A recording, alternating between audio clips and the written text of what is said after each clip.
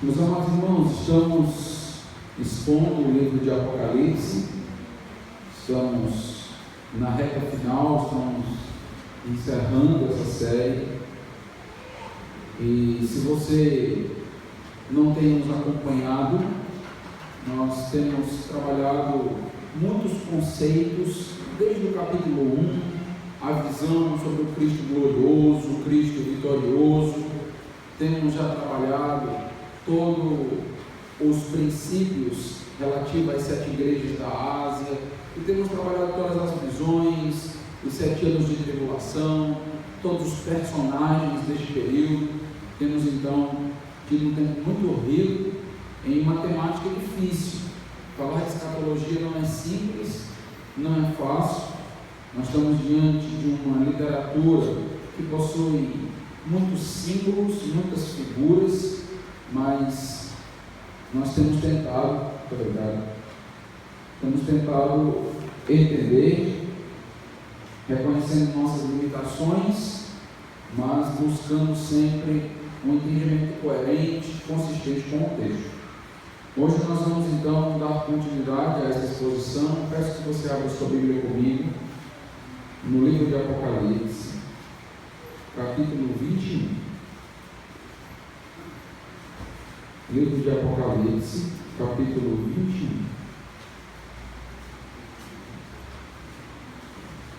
Nós vamos ler a partir do versículo 9.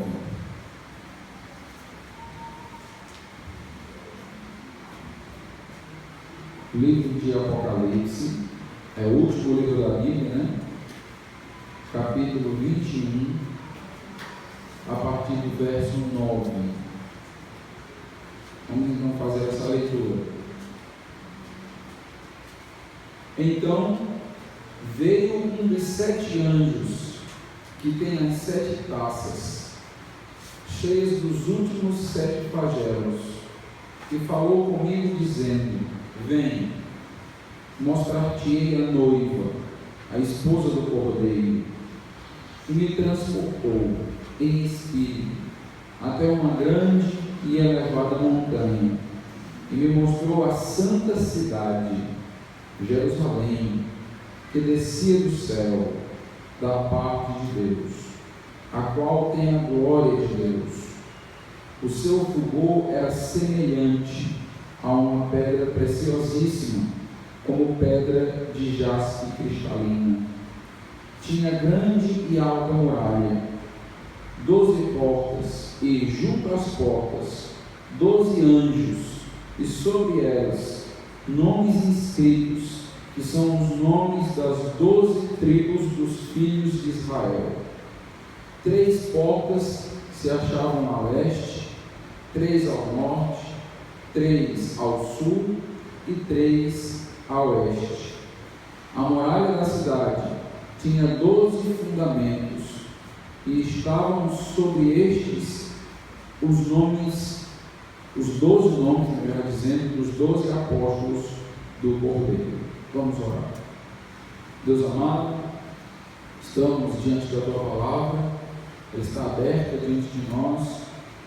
Queremos que o Senhor possa nos instruir, que o Teu Espírito Santo, ó Deus, esteja movendo nossos corações, nossas mentes, para que saiamos deste tempo mais conhecedores das Tuas verdades e tocados, ó Deus, a ter uma postura digna de um servo do Senhor.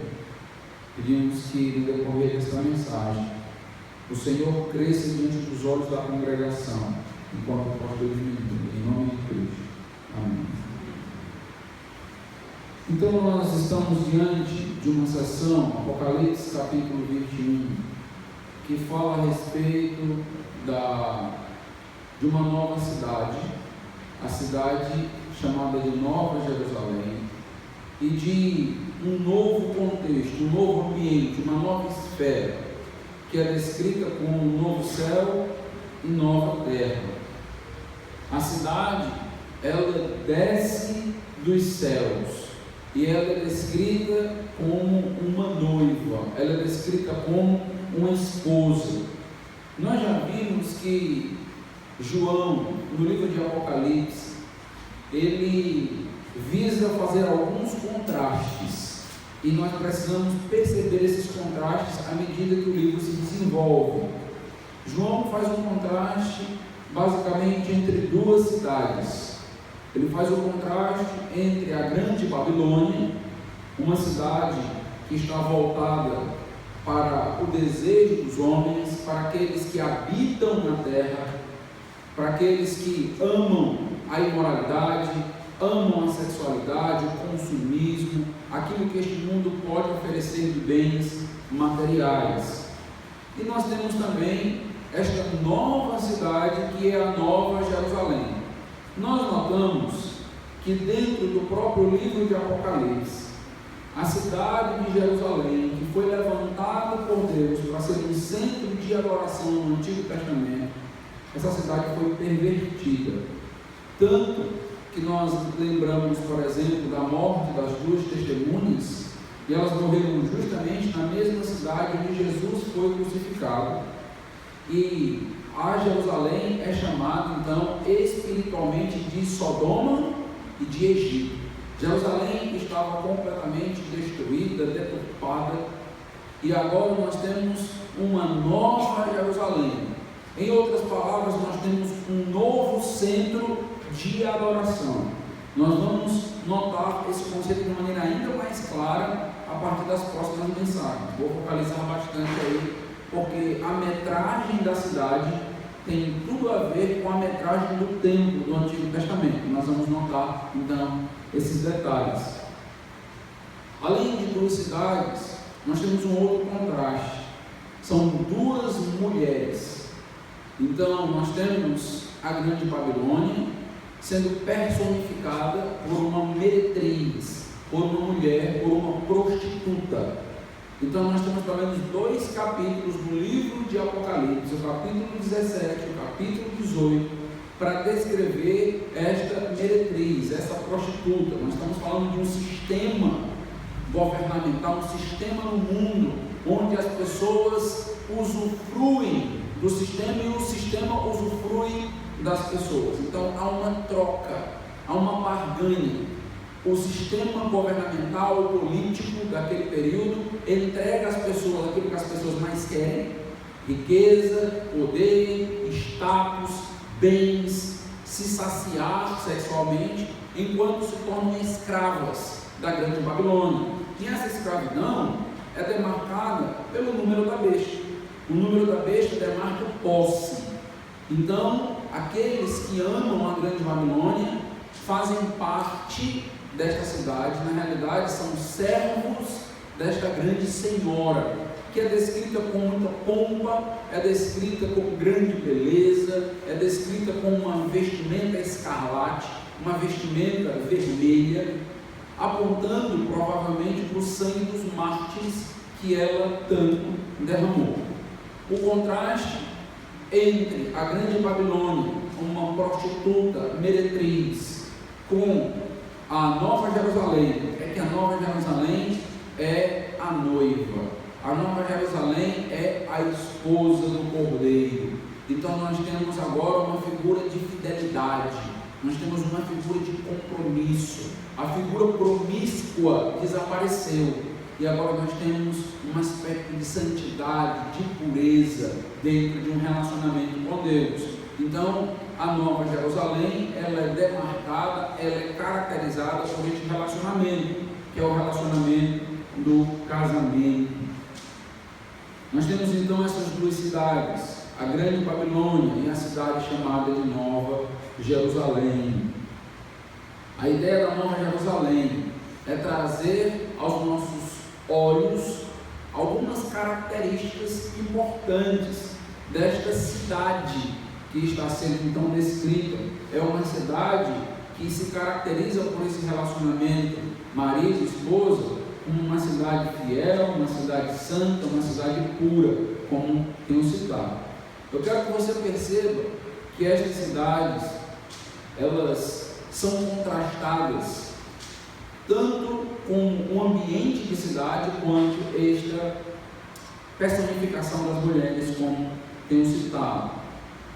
Há uma demarcação bem interessante para você notar o contraste que o próprio livro faz entre a Nova Jerusalém e a Grande Babilônia, entre a esposa e a prostituta. Eu quero que você perceba que no capítulo 21, no primeiro versículo que nós lemos, o versículo 9, ele vai praticamente ecoar, repetir um versículo que já foi citado no próprio livro de Apocalipse, mas para com a meretriz. Vamos ler devagar, preste atenção nas palavras, e depois nós vamos ler o outro texto para você notar a semelhança. Apocalipse 21, 9. Nota aí comigo. Apocalipse 21, versículo 9. Então veio um dos 7 anjos que tem as 7 taças, cheias dos últimos 7 flagelos, e falou comigo dizendo: vem, mostrar-te-ei. Mas neste caso ele vai mostrar a noiva, a esposa do Cordeiro. Agora vá para o capítulo 17, versículo 1. E note aí a descrição. Capítulo 17, versículo 1.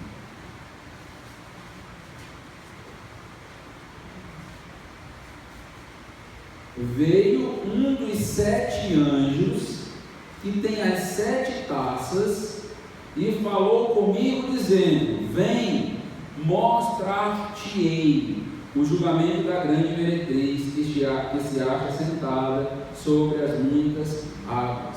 Notaram aqui a semelhança na descrição? Então nós temos um anjo com as 7 taças falando, dizendo: vem, eu vou te apresentar, eu vou te mostrar. No capítulo 17, ele vai mostrar o julgamento da meretriz. No capítulo 21, versículo 9, nós temos também um anjo com as 7 taças, e ele também faz um convite: vem, mostrar-te-ei, mas agora noivo. Isto serve para você poder notar o contraste que o próprio livro de Apocalipse tem feito entre essas duas mulheres, entre essas duas cidades. Nós temos praticamente as mesmas palavras sendo utilizadas aí para essas duas realidades.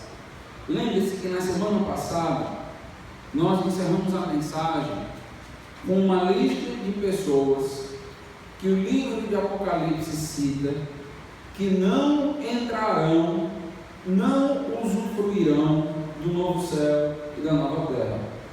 Nós temos uma lista de pecados, uma lista de pecadores que não participarão da intimidade com o Senhor, da comunhão com Deus eternamente. Veja aí comigo o capítulo 21, versículo 8.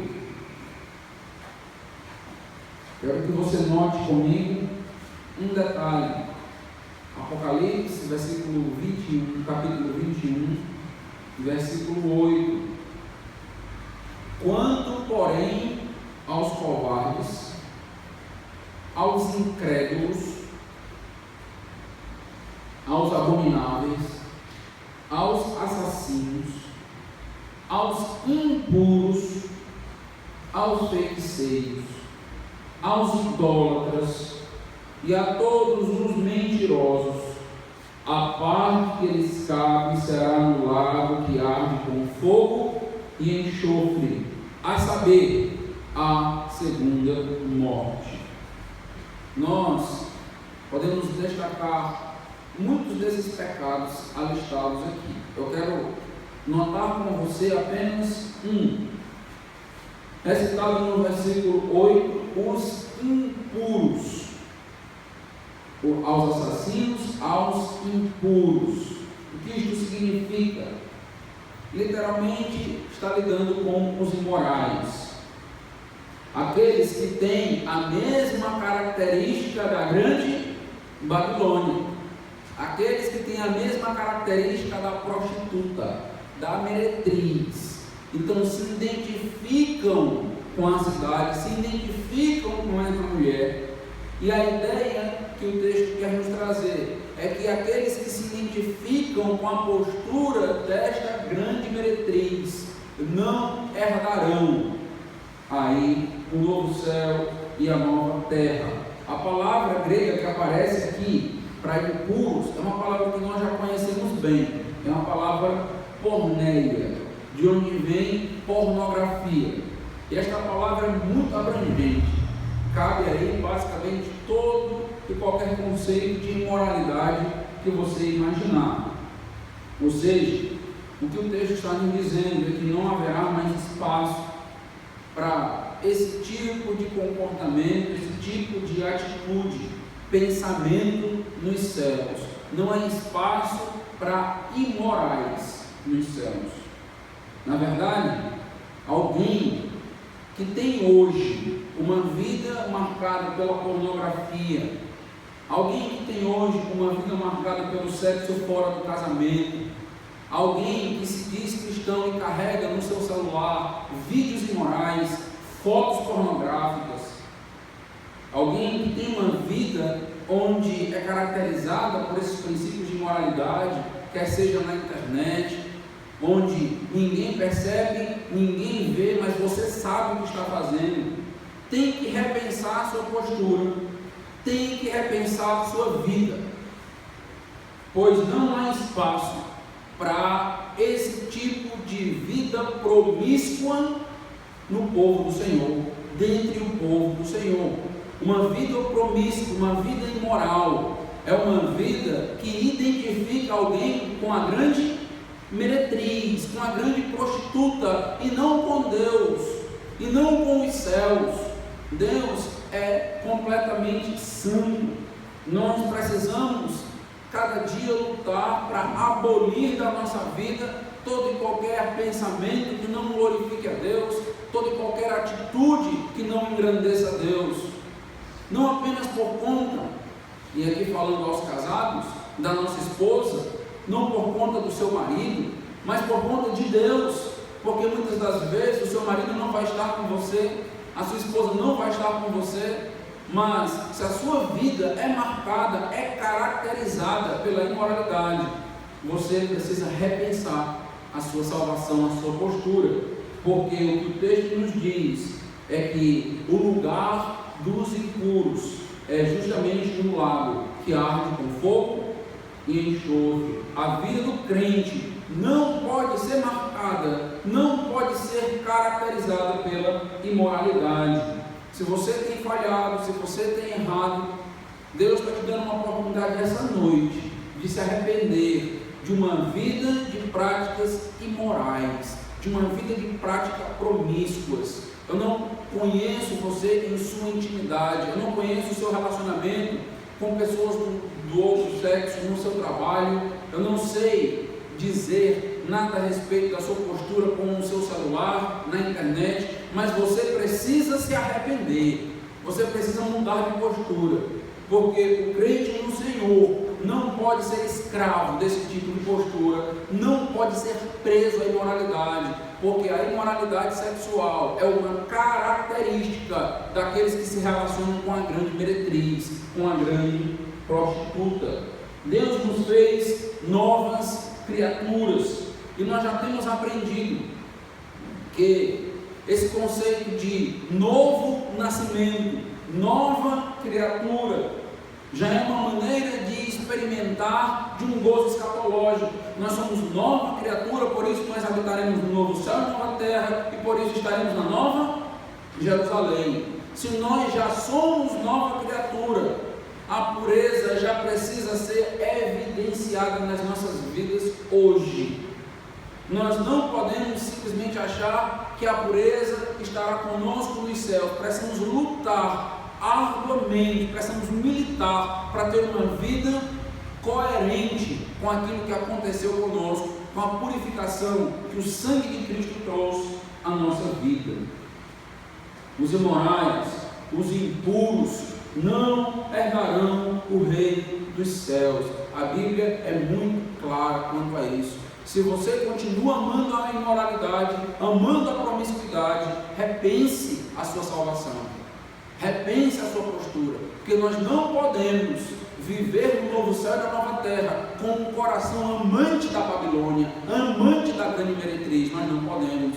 Isto talvez evidencie que você não é nova criatura e que um novo nascimento ainda não aconteceu na sua vida. Nós precisamos, meus amados irmãos, levar isso muito a sério, porque é a nossa eternidade que está em jogo.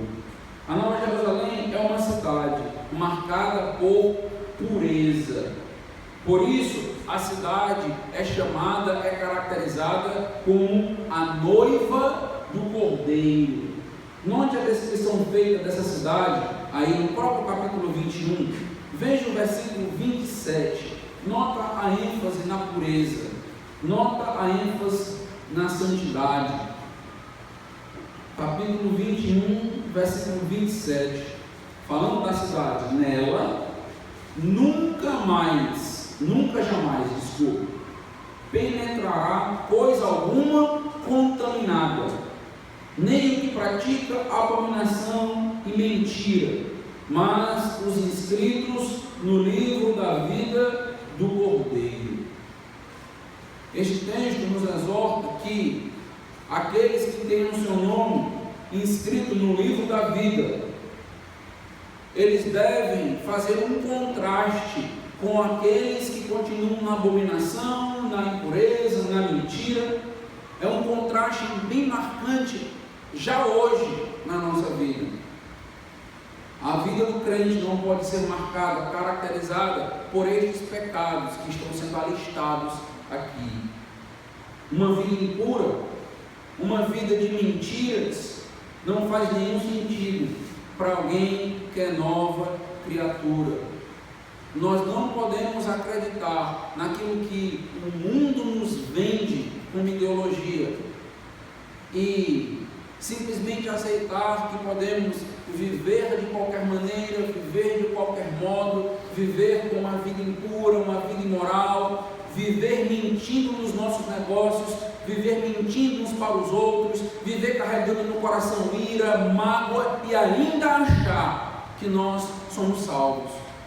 A identidade do salvo, meu amado irmão, é alguém que de fato vai largando tudo isto, ele vai amadurecendo. O livro de Filipenses vai nos dizer logo no capítulo 1 que nós ainda não somos perfeitos, mas estamos sendo aperfeiçoados. E à medida que os anos se passam, que os meses avançam, nós precisamos avançar em santidade, precisamos abominar essas práticas.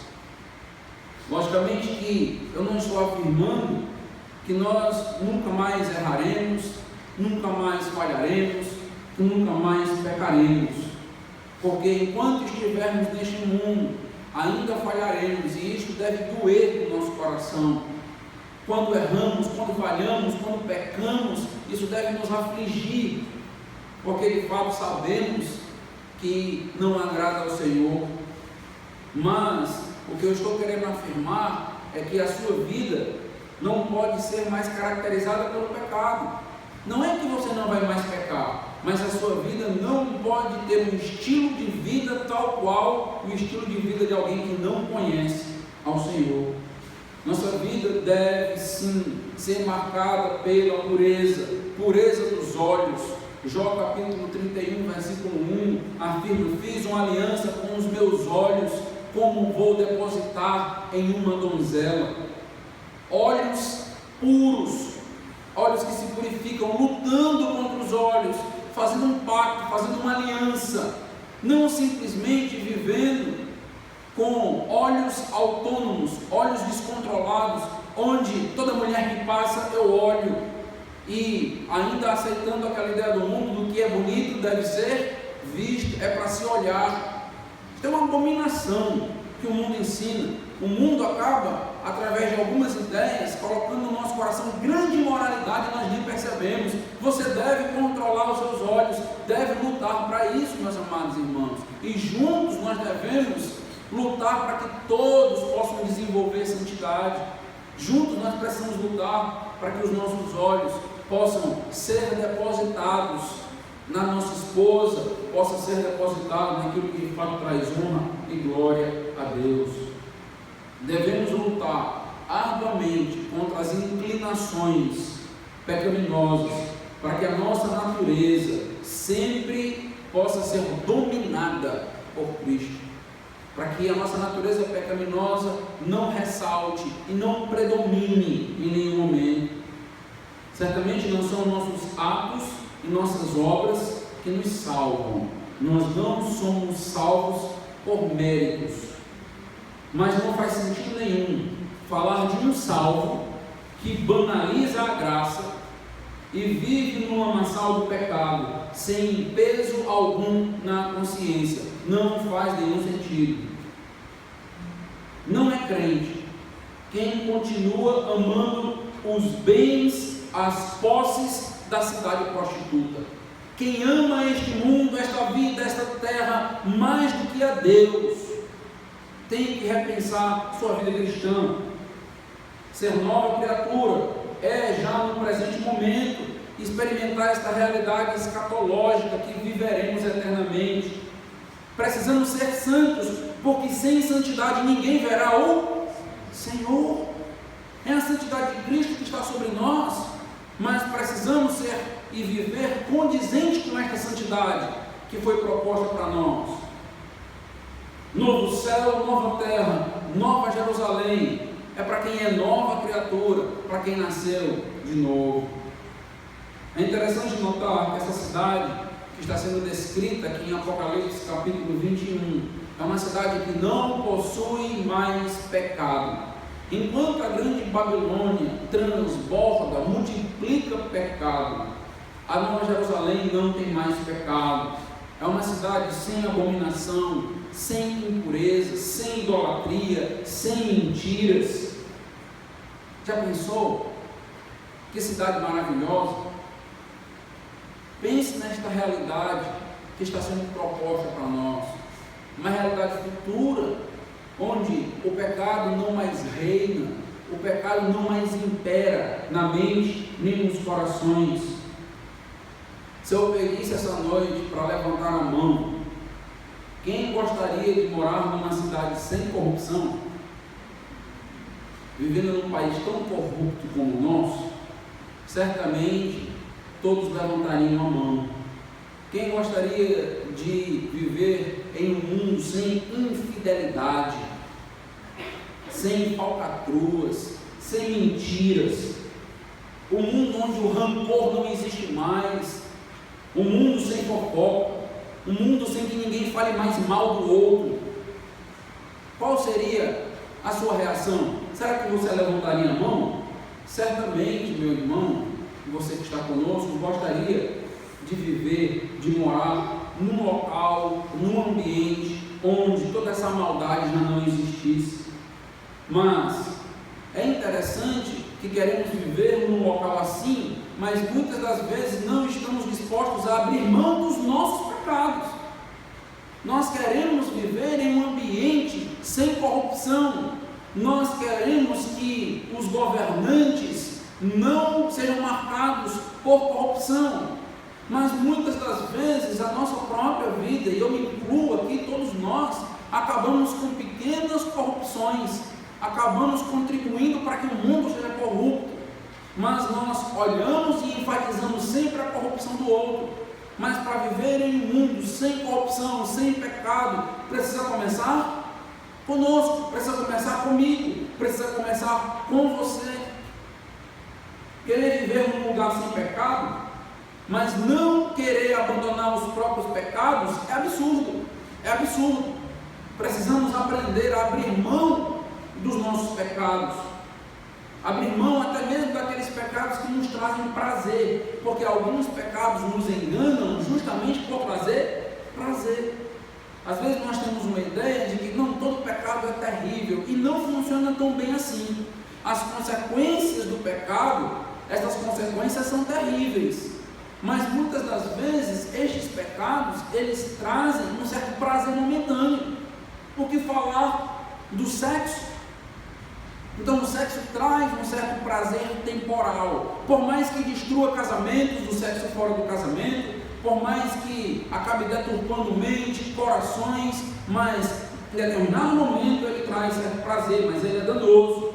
Precisamos estar dispostos a abrir mão de pecados íntimos e que muitos que estão ao meu redor nem imaginam que eu tenho, mas eu tenho. Precisamos abrir mão, meus amados irmãos, de mágoa, rancor, ira, que nem todo mundo sabe que eu tenho, mas que eu tenho.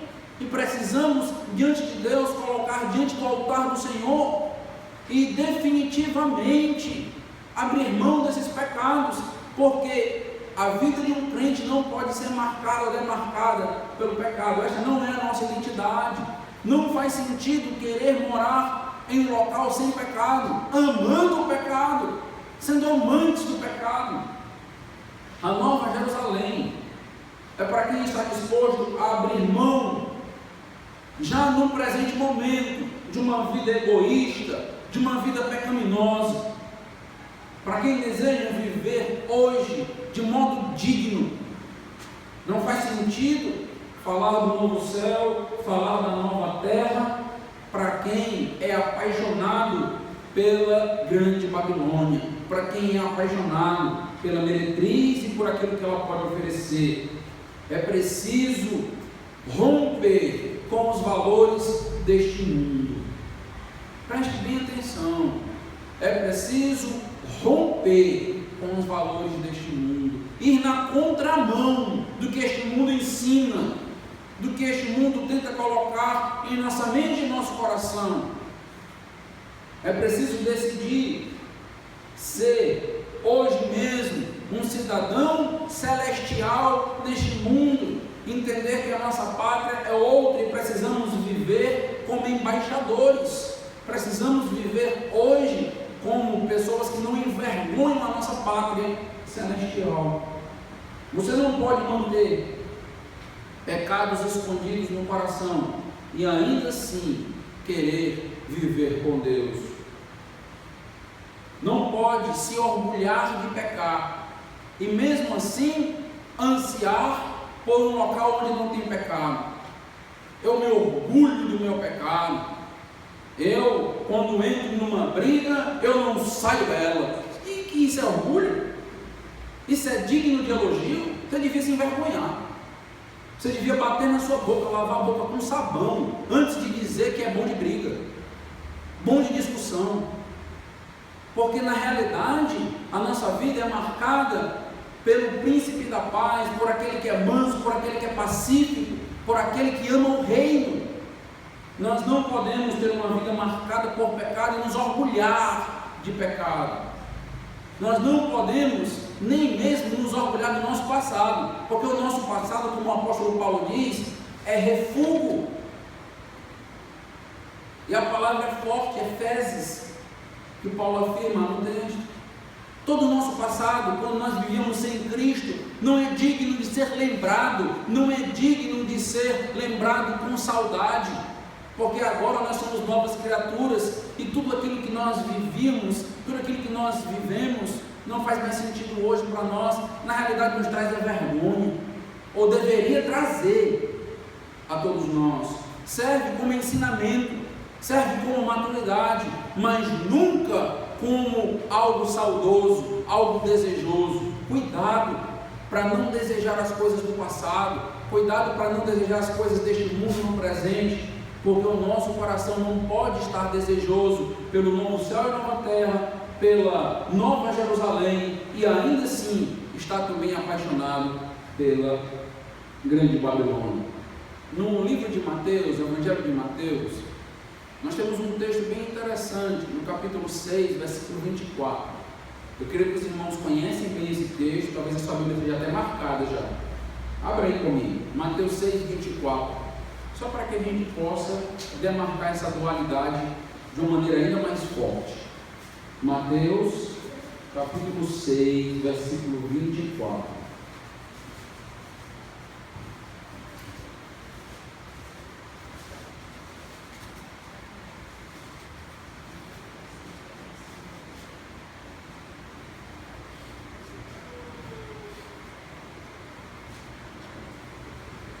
Ninguém pode servir a dois senhores. Preste atenção. Ninguém pode servir a dois senhores, porque ou há de aborrecer-se de um e amar ao outro, ou se levantará a um e desprezará o outro. Não podereis poder servir a Deus e as riquezas. E essa ideia de riquezas aqui é tudo aquilo que o mundo pode oferecer para nós. O consumismo, os bens materiais, aquilo que esta grande prostituta oferece. Molde sua vida no presente pelo amor que sente por Deus, e assim evidenciará o seu futuro, a sua eternidade. Meus amados irmãos, nós não podemos amar a Deus, amar a Nova Jerusalém e amar a grande Babilônia. Nós não podemos, porque quando nós amamos a grande Babilônia, nós acabamos detestando ou acabamos colocando de lado a Deus, a Nova Jerusalém. Mas o contrário também é verdadeiro. Quanto mais nós amamos a Deus, menos nós amamos esse mundo. Quanto mais nós amamos a Deus, mais nós abominamos o pecado. Quanto mais nós amamos a Deus, mais lutamos para viver em santidade e em pureza, mais ansiamos pelo céu. A Nova Jerusalém é lugar de plena e completa pureza. Quer morar com Deus eternamente, na cidade de Deus, no novo céu e na nova terra? Se arrependa hoje. Se arrependa dos teus pecados. Mude de vida já agora. Ainda dá tempo de arrependimento e mudança de vida. Reconheça o sacrifício que Jesus Cristo fez na cruz para pagar os teus pecados, para pagar a tua dívida, e passe a ter agora uma vida de discípulo, uma vida de quem segue os passos de Jesus e vive de acordo com o que a Bíblia declara e decreta. Entregue sua vida a Jesus, experimente o que a Bíblia chama de novo nascimento e entenda o que de fato é ser uma nova criatura. O versículo 10 fala de uma cidade construída por Deus. Apocalipse 21, versículo 10. Nota aí comigo. E me transportou em espírito até a uma grande e elevada montanha, e me mostrou a santa cidade, Jerusalém, que descia do céu, da parte de Deus. É dito que João foi levado em espírito, aqui em Apocalipse capítulo 21, versículo 10. O que esta expressão em espírito significa?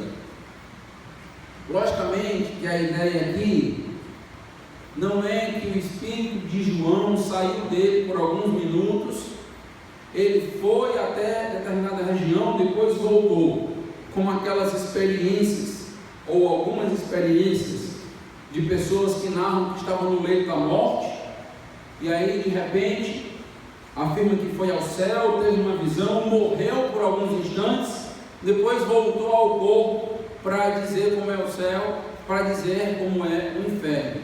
Aqui não é uma base para esse tipo de experiência. A ideia em espírito, esta ideia que está sendo colocada aqui no livro de Apocalipse, equivale, é sinônimo de ter uma visão. João foi transportado em visão, ele estava vendo algo, de repente ele agora está em um outro local, tendo uma nova visão. Deus está trazendo a João uma nova revelação. Essa expressão em espírito, ela aparece 4 vezes aqui no livro de Apocalipse.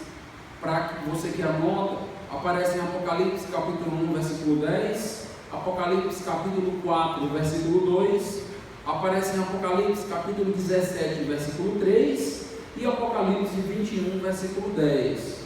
Trata-se então de uma visão dada por Deus. No capítulo 1, João teve uma visão do Cristo glorioso, o Cristo vitorioso, e em espírito ele agora vê este Jesus. Capítulo 4, da mesma maneira, ele vê o trono, ele foi transportado para poder então ver o trono. Então trata-se de uma expressão que é sinônimo de visão. Ele estava tendo uma visão, ele estava recebendo uma revelação de Deus. É isso que o texto aqui está trabalhando. A cidade de Nova Jerusalém é, meus irmãos, providência de Deus. Foi construída por Deus. Tem Deus como engenheiro. Para aqueles que estão fazendo engenharia aqui na nossa igreja, já pensou ter uma construção onde o engenheiro é o próprio Deus? Deus é o próprio arquiteto. Para aqueles que fazem arquitetura, já pensou? Deus então é aquele que fez toda a planta, Deus é aquele que executou, Deus é aquele que construiu cada detalhe. E certamente nós precisamos entender esta cidade desta maneira. Ela desce do céu, foi construída por Deus e agora vai fazer uma união com a terra. Tem sua origem em Deus. Por isso, o finalzinho do versículo 10 diz que é da parte de Deus. Nós não podemos construir nada que tenha esta beleza, esta glória que está sendo descrita aqui. Nós não podemos construir nada que não seja manchado ou tocado pelo pecado. Por isso a sociedade tem que ser construída por Deus, edificada por Deus. Na realidade, tudo que é perfeito vem de Deus. Nós executamos, nós pensamos, criamos, mas na realidade tudo que nossas mãos executam e fazem de perfeição é porque nós recebemos de Deus.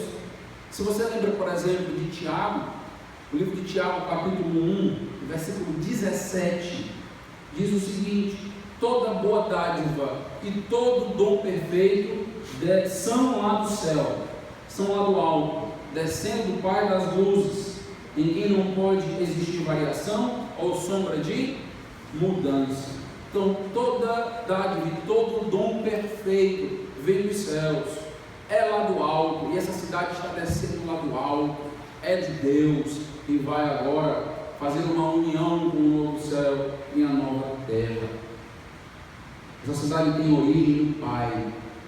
Desta mesma forma, a cidade de Jerusalém, ou a Nova Jerusalém, o lugar onde nós iremos habitar eternamente, foi preparada por Deus, pelo Senhor. Isso significa que nós estamos falando de uma cidade que tem um dono, que tem um Senhor. E morar nessa cidade, para morar nessa cidade, nós precisamos nos submeter ao dono da cidade.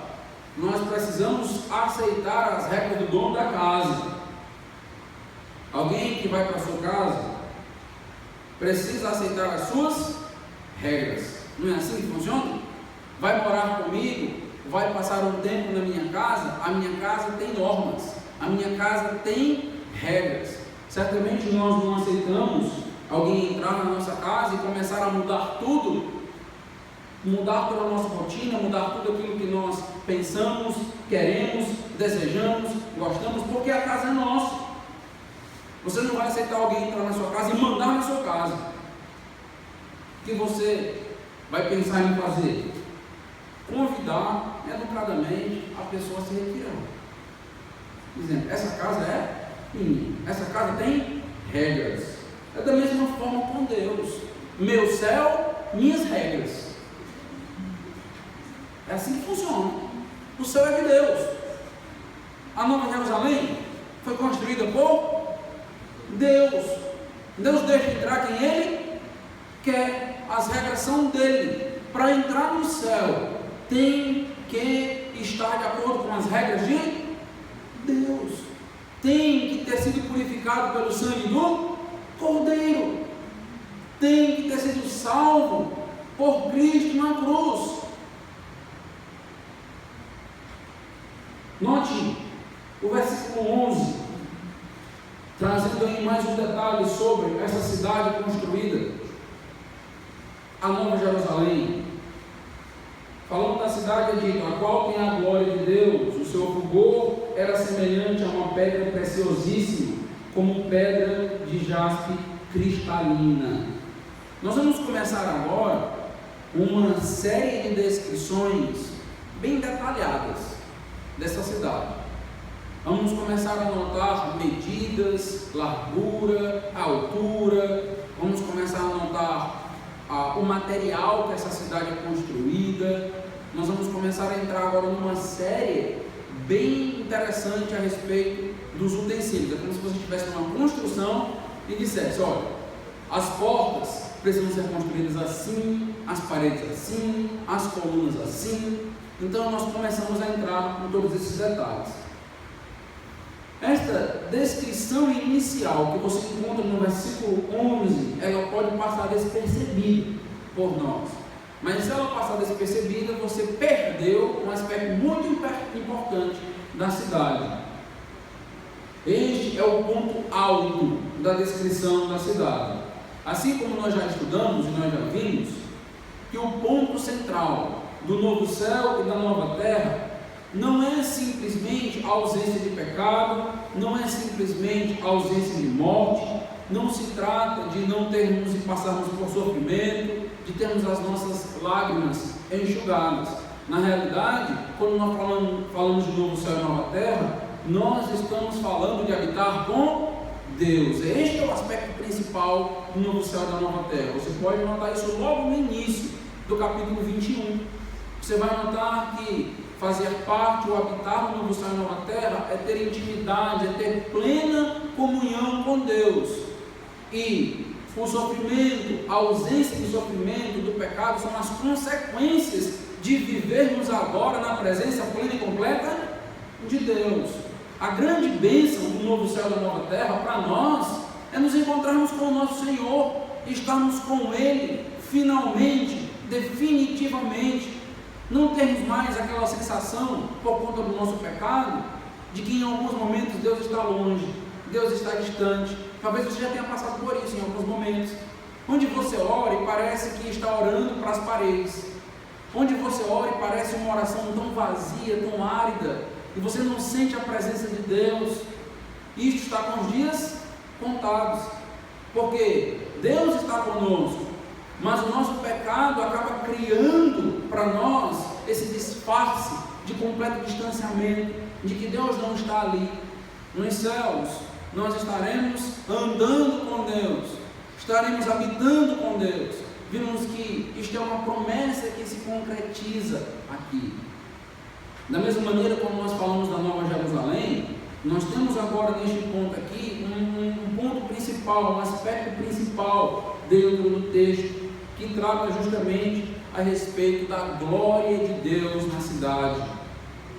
Toda a descrição de beleza, de métrica, que nós teremos agora na cidade, toda a descrição de grandeza que nós vamos encontrar, uma descrição de estética, onde é algo muito belo, muito bonito, algo grandioso, difícil até de descrever, como nós vamos notar, só faz sentido porque essa cidade tem a glória de Deus.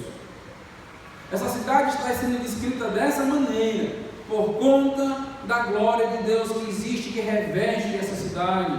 É a glória de Deus, meus irmãos, a beleza da Nova Jerusalém. A cidade tem glória, tem a glória de Deus.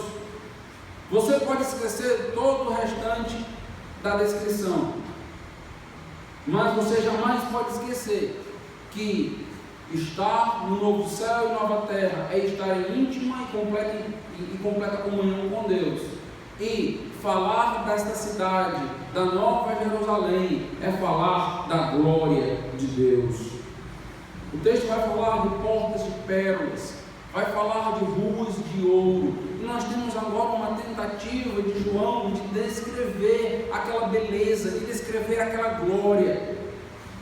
Você não pode esquecer que João está aqui tentando nos passar em uma linguagem humana, certamente guiada pelo Espírito Santo de Deus, o que ele está enxergando. A visão é uma tentativa de descrever a glória de Deus que está naquela cidade. E a pergunta que nós fazemos é: como é que a gente consegue descrever a glória de Deus? Como descrever a glória de Deus para alguém? É difícil, até de pensar no conceito de glória é difícil. Após essa primeira afirmação aí no versículo 11, de que a cidade tem a glória de Deus, nós vemos João usando alguns símbolos para tentar nos dar uma noção da grandeza e da beleza dessa cidade, para que nós possamos ter aí uma ideia da glória do Senhor. Deixe-me só abrir um parêntese rápido aqui e dar continuidade, para introduzir um pensamento. É muito curioso notar que tudo que tem a ver com a escatologia, que tudo que tem a ver com o futuro, tudo que tem a ver com aquilo que nos aguarda, está diretamente vinculado com a glória de Deus.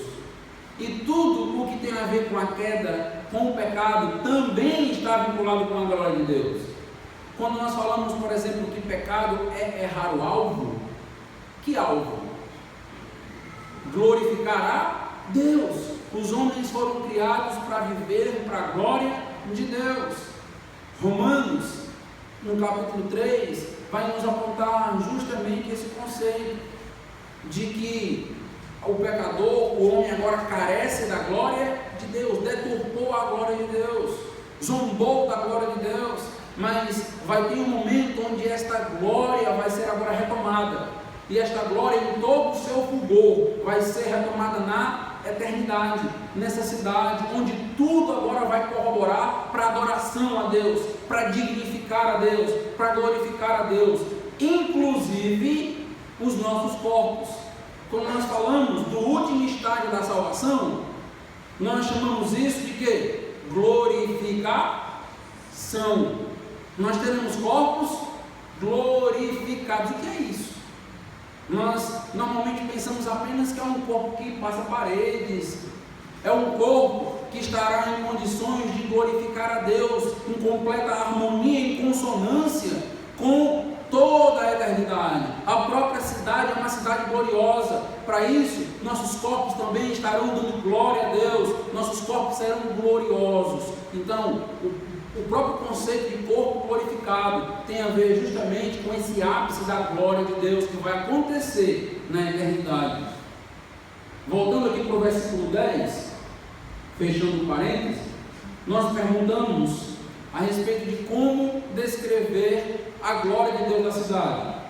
João então usa essa linguagem que visa nos dar uma noção daquilo que ele está vendo, uma ideia. Note que no versículo 10 ele vai fazer a seguinte afirmação, Apocalipse 21, versículo 10: e me transportou em espírito até uma grande e elevada cidade, e me mostrou a cidade de Jerusalém, que desceu do céu da parte de Deus. É versículo 11: a qual tem a glória de Deus. O seu fulgor é o que?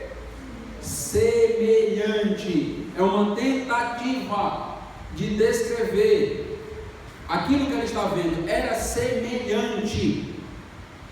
Era semelhante a uma pedra preciosíssima. Como, novamente, uma tentativa de comparação, como pedra de jaspe cristalina. Note aí os termos que João utiliza: semelhante, como. Esta linguagem é uma linguagem marcante no livro de Apocalipse. Já mostrei para os irmãos várias vezes.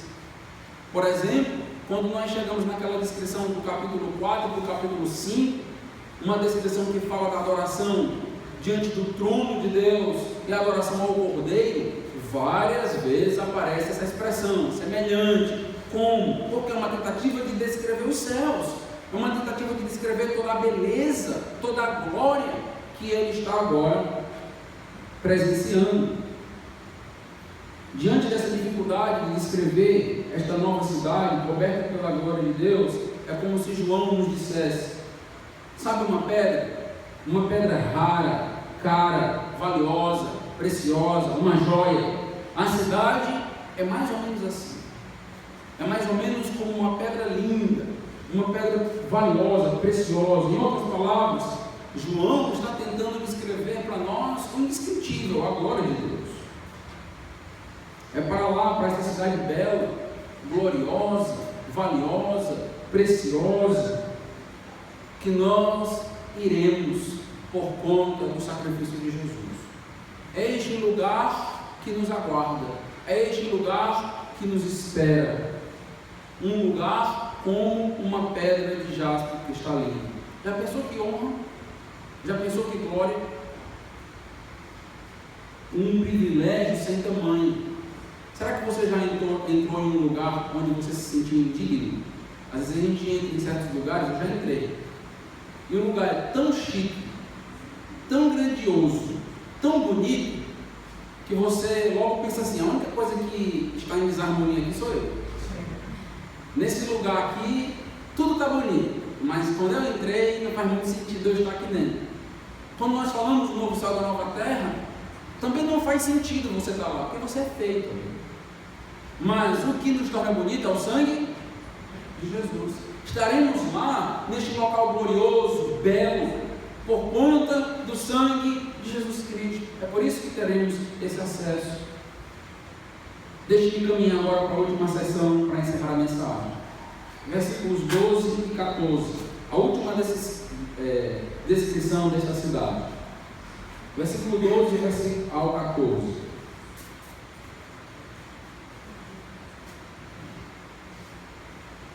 Tinha grande e alta muralha, 12 portas, e junto às portas 12 anjos, e sobre elas nomes inscritos, que são os nomes das 12 tribos dos filhos de Israel. 3 portas se achavam a leste, 3 ao norte, 3 ao sul e 3 a oeste. A muralha da cidade tinha 12 fundamentos, e estavam sobre este os 12 nomes dos 12 apóstolos do Cordeiro. O versículo 12, então, ele nos chama a atenção para uma cidade com uma grande e uma alta muralha. O que isto significa? João estava pegando um exemplo de uma realidade conhecida, presente, para que nós venhamos a ter uma noção desta cidade. Essa ideia de uma alta e grande muralha é um símbolo de segurança, é um símbolo de completa tranquilidade e segurança em Deus para aqueles que estarão nesta cidade. Na época de João, no primeiro século depois de Cristo, e por toda a Bíblia, as cidades, elas são descritas com grandes muralhas. Você vai notar isso na sua leitura. Essas muralhas, elas serviam para proteger a cidade dos inimigos, dos ataques. Uma cidade sem muros era uma cidade completamente sujeita aos ataques, por isso uma cidade pobre, uma cidade que não conseguia se defender, guardar os seus bens dos inimigos. Nós já estudamos aqui na igreja um livro que tratou sobre a reconstrução de muralhas. Que livro é este? Neemias, lembra? Estudamos aqui sobre o livro de Neemias e a grande missão de Neemias de reconstruir a cidade, a muralha, para que a cidade fosse dignificada, tivesse novamente segurança. A cidade de Jerusalém, Neemias, estava em plena e completa vergonha, humilhada. Os inimigos passavam pela cidade e zombavam, meneavam a cabeça, essa linguagem do livro. Toda a colheita daquela cidade era roubada, era saqueada. Não havia como se proteger dos inimigos por todos os lados. Os inimigos atacavam a cidade. As portas de Jerusalém, no livro de Neemias, foram queimadas. E o que isto significava? O que acontecia nas portas da cidade de Jerusalém? Julgamentos. Os juízes ficavam justamente nas portas da cidade. Em Neemias, a cidade não tinha mais justiça, porque as portas foram queimadas. Não havia mais proteção, porque os muros tinham sido destruídos, derrubados. Mas o que nós notamos agora, nesta nova Jerusalém, nessa descrição que é feita em Apocalipse, nós notamos grandes e altas muralhas, plena e completa segurança nós teremos com Deus no novo céu, na nova terra, na nova Jerusalém. Portas de pérolas. O que isto indica? Indica segurança, plena e completa segurança. As portas estão no seu devido lugar, os muros foram levantados. Não haverá mais pecado no céu, não haverá mais pecado no novo céu e na nova terra. não haverá mais ladrões, certamente, inimigos, todos já foram destruídos, Satanás já foi destruído. A descrição então da cidade faz sentido quando nós entendemos que deve trazer ao nosso coração um entendimento de segurança plena em estar com Deus. Estar na presença do Senhor eternamente, é estar completamente seguro, como uma criança se sente nos braços do seu pai. Estaremos nos céus, completamente protegidos, sem mais nenhum dano. Não precisaremos mais temer a nada e a ninguém. Ninguém poderá nos fazer mais nenhum mal. Nós temos essas portas, e a cada porta nós temos um anjo. Notou essa descrição? Existem anjos nas portas. As portas são de pérolas. Se você souber o preço de uma pequena pérola verdadeira e genuína, você já consegue ter uma noção desta descrição grandiosa de ter portas de pérolas. Então a ideia aqui é descrever grandeza mesmo, descrever beleza. Lembra que nós estamos fazendo um contraste com a cidade da meretriz, a grande Babilônia, que oferecia ouro, oferecia pérolas, riquezas. A Nova Jerusalém é completamente ou totalmente superior a qualquer cidade que nós já conhecemos. Essa descrição nos aponta para essa beleza, para essa riqueza. Em cada porta tem um anjo, e a ideia é que esses anjos guardam a entrada, guardam a presença de Deus. Será que você lembra de algum outro lugar na Bíblia onde um anjo guardava o acesso à presença de Deus? Foi colocado um anjo para que guardasse o acesso. Lembra do jardim? Lá no Éden, após o pecado, nós temos justamente essa descrição. Eu vou ler, vou dar referência, os irmãos podem acompanhar. Gênesis 3:24. Gênesis 3:24 diz o seguinte: e expulso o homem, colocou querubins ao oriente do jardim do Éden, e o refugio de uma espada se revolvia para guardar o caminho da árvore da vida. O que nós temos? Anjos guardando então o caminho da árvore da vida. É um local protegido. Adão e Eva não poderiam mais ter acesso àquele local porque perderam por conta do pecado. Mas agora, como não existe mais pecado, nós teremos acesso. Então temos a descrição de uma cidade total e completamente segura. Ninguém entra sem a permissão de Deus. Uma cidade onde anjos guardam a sua presença. É interessante que não é São Pedro que está na porta, né? Até porque precisaria ter 12 São Pedros, né? Porque são 12 portas. Então, são 12 anjos que estão guardando. As portas aqui podem apontar ainda para essa ideia de estaremos num local onde a completa justiça de Deus foi manifestada. Não haverá mais pecado para ser julgado. Tudo já foi julgado em Cristo Jesus. Ao passar por aquela porta, você só passa pela porta por causa da justiça de Jesus Cristo.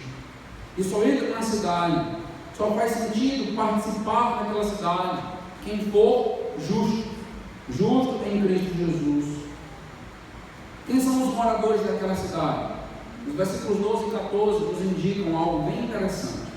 No versículo 12 é dito: tinha grande alta muralha, 12 portas, e junto às 12 portas, e junto às portas 12 anjos, e sobre elas nomes inscritos, que são os nomes das 12 tribos dos filhos de Israel.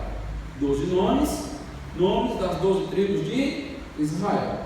E no versículo 14 também fala de 12 nomes, notaram? É dito: a muralha da cidade tinha 12 fundamentos, e estavam sobre estes os 12 nomes dos 12 apóstolos do Cordeiro. O verso 12 fala de 12 nomes inscritos das portas, nomes das tribos. De quem esses nomes, ou para quem esses nomes estão apontando? Israel. São nomes das 12 tribos de Israel. O texto está falando de Israel. Está falando que essa cidade, a Nova Jerusalém, é para o povo de Israel. O povo de Israel está vinculado diretamente à cidade. Os nomes estão cravados naquela cidade. O versículo 14 também fala de 12 nomes. Com 12 nomes dos 12 fundamentos. De quem são esses nomes? Dos 12 apóstolos. E o que isso significa? Igreja. Nós temos então as 12 tribos apontando para Israel, e nós temos aqui os 12 apóstolos apontando para a igreja. É muito importante e interessante notar que até este ponto nós estamos no novo céu e na nova terra. Ainda não se falava da unidade desses dois grupos. Nós temos na Bíblia um plano para Israel sendo desvendado no livro de Romanos. Deus trabalhava com Israel em determinado momento. Por causa do pecado de Israel, os gentios foram enxertados, mas é dito em Romanos 11 que Deus voltará a tratar com Israel. Nós temos Israel, nós temos igreja, nós temos o tratamento com Israel novamente. Mas é justamente nesse momento aqui, no novo céu e na nova terra, que estes povos estão unidos. Agora nós podemos falar do povo de Deus. Agora nós podemos falar Israel e igreja unidos no mesmo centro de adoração, porque a Nova Jerusalém é um centro de adoração, como nós vamos notar na próxima mensagem. Israel e igreja são integrantes agora, elementos desta cidade. Em outras palavras, o plano que Deus tinha para a igreja foi consumado. O plano que Deus tinha para Israel foi concretizado. A igreja foi arrebatada, voltou com Cristo. O plano para Israel já aconteceu. E agora todos estão unidos dentro desta mesma estrutura de adoração nos céus, ou na Nova Jerusalém. Esta união plena entre igreja e Israel. Israel étnico ou étnica e igreja acontece no novo céu e na nova terra. Porque o judeu que se converte hoje, no período da igreja, ele é igreja. Se um judeu se converte hoje, ele vai ser arrebatado juntamente com a igreja. Deus tem um plano para a etnia de Israel, para a nação de Israel. A igreja será arrebatada por Cristo e Deus voltará a tratar com a nação de Israel, como nós vimos. Será nesse momento onde definitivamente não haverá mais diferenciação entre os povos, no novo céu e na nova terra. Neste ponto nós podemos agora falar de uma cidade constituída de Israel e de igreja, de povo de Deus. Eu quero encerrar essa mensagem trazendo à sua mente a consumação do plano de Deus, ao falar do novo céu, da nova terra, ao falar da Nova Jerusalém. Nós estamos num percurso, nós estamos num caminho, nós estamos num processo. Todo esse plano vai ser concretizado. Ainda estamos vivendo em um tempo de lutas, de grandes tormentas, de grandes dificuldades, mas não esqueça que existe um plano a ser concretizado em nossas vidas. Existe um plano a ser concretizado na vida de Israel, um plano a ser concretizado na vida da igreja. E o que nós estamos notando aqui na Nova Jerusalém é que no final das contas todos nós estaremos juntos, unidos para engrandecer a Deus, para louvar a Deus, para reconhecer a beleza de Deus, para reconhecer a glória de Deus, para estar diante desse Deus em plena e completa adoração. É isso que nos aguarda. O que te aguarda, você que é crente no Senhor Jesus Cristo, não é a morte. A morte para nós não é o ponto final. O que nos aguarda é algo muito mais elevado, muito maior, muito mais grandioso, a ponto de, para que possamos descrever, temos que usar de vários símbolos e analogias. Lembre-se, a cidade que Deus preparou para você é como um jaspe cristalino. Como assim um jaspe cristalino? Uma espécie de mistura entre jaspe e cristal. Uma pedra preciosíssima, raríssima. Tudo isto para você, para mim. Isto deve, meu amado irmão, nos fazer desejar esse local o quanto antes. Nos fazer desejar estar com Deus. Nos fazer ver o plano de Deus sendo concretizado. Algumas coisas vão acontecer ainda até que este plano seja consumado. Mas é isto o que nos aguardará eternamente. O que nos aguarda eternamente é grande privilégio, grande louvor, grande beleza, grande glória. Em outras palavras, a presença de Deus. Vamos orar. Deus amado, durante a semana eu estive pensando no privilégio que tenho de fazer parte desse plano, de ter meu nome escrito no livro da vida. Meu nome foi escrito não por mérito, ou méritos meus, mas nos méritos de Cristo. Sei, ó Deus, dos meus pecados e falhas. Cada um essa noite, ó Deus, reconhece o seu pecado. E diante do Senhor nos envergonhamos, porque temos errado, falhado, dia após dia. Queremos te glorificar, ó Deus, porque entraremos nesta nova Jerusalém, faremos parte da nova Jerusalém, porque o Senhor muito nos amou, por causa da tua misericórdia e graça nas nossas vidas.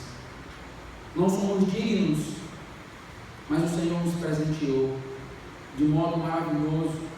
Não deixa, Senhor, que percamos a visão no decorrer do caminho. Não deixa que a doença, que as dificuldades, que as lágrimas tirem de nós a visão do novo céu, da nova terra, da nova Jerusalém. Imprime na nossa mente e no nosso coração essa realidade.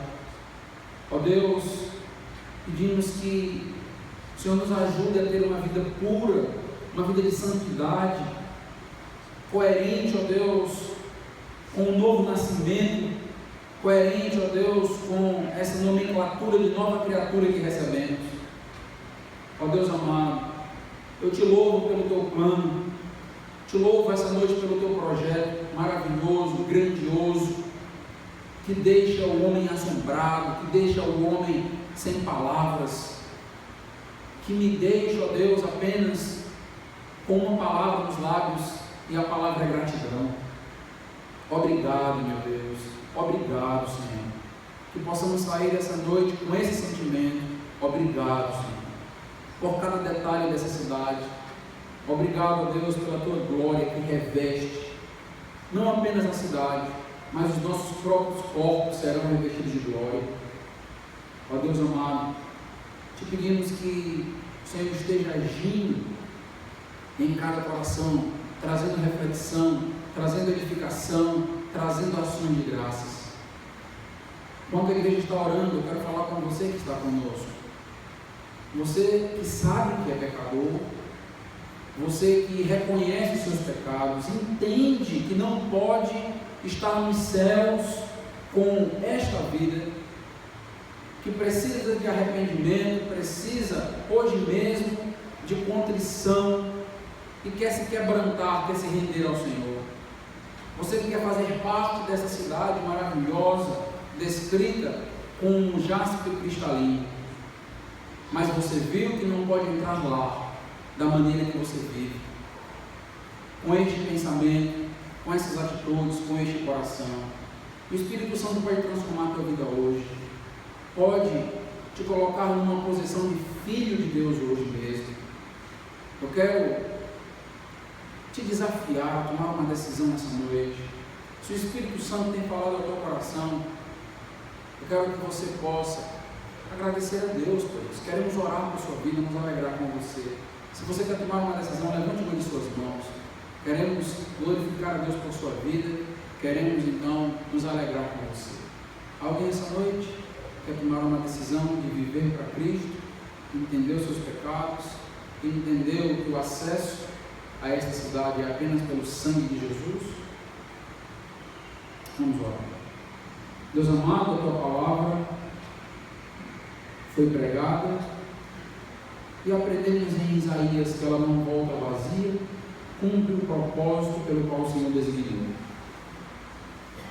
Que possamos, ó Deus, rever nossos conceitos, rever nossa vida, para poder, ó Deus, viver com o Senhor.